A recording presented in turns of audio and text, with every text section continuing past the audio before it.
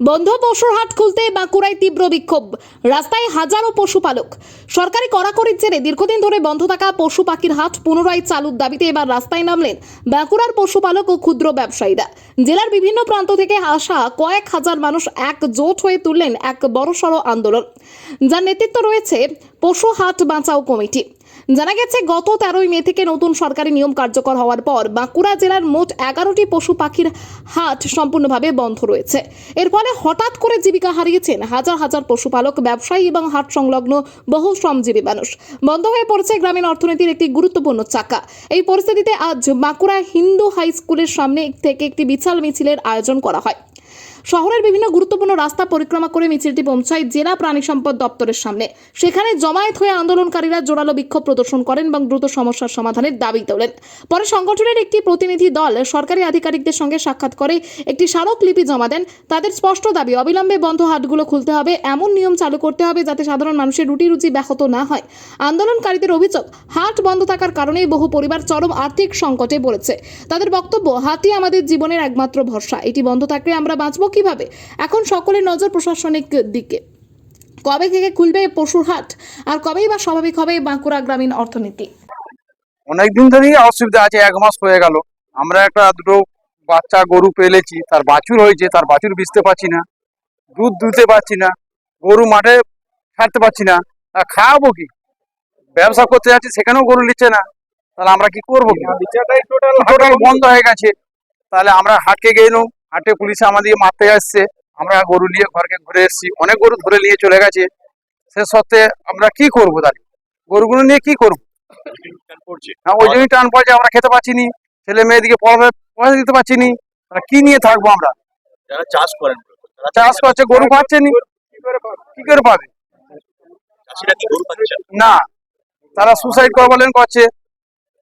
তারা আমাদের এইটাই তো চাষ হবে না। না, হবে না।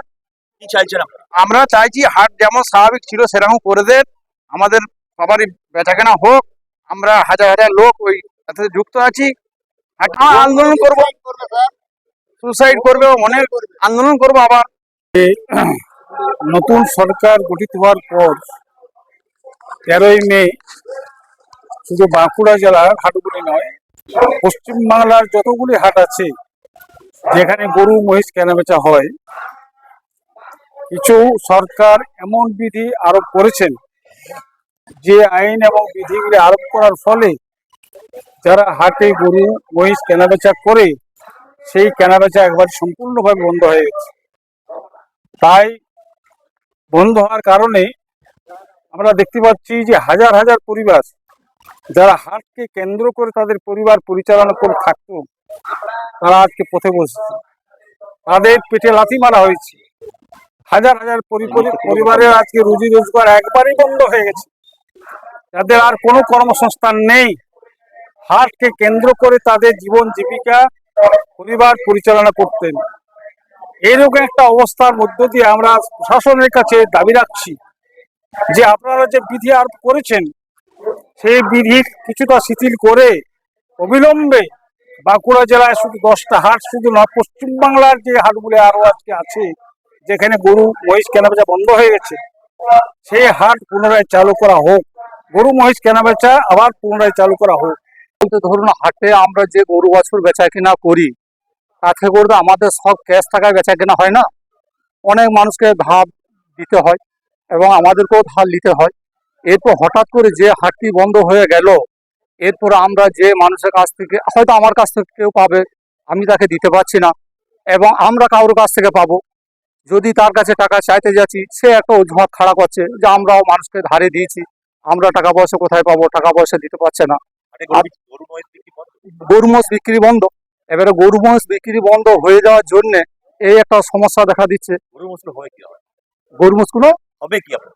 এখন কি যে হবে সেটা তো আমরা কিছু খুঁজে পাচ্ছি না, তার কারণ গরু মোষগুলি ঘরে বাঁধা আছে।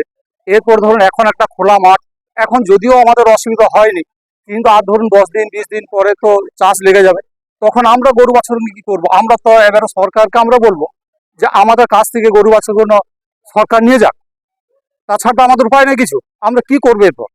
আর এই যে ধরুন অনেক মানুষ হয়তো আমার কাছে টাকা নাই, কিন্তু আমি কি করব, আমার একটা ব্যবসা করতে হয়, তো তখন লোন নিয়ে কারোর সঙ্গে টাকা ইন্টারেস্টও করে নিয়ে খাওয়াচ্ছে না, প্রতিপালন করছে কিন্তু বিক্রি করার জায়গা নেই। বিক্রি করার কোনো জায়গা নাই।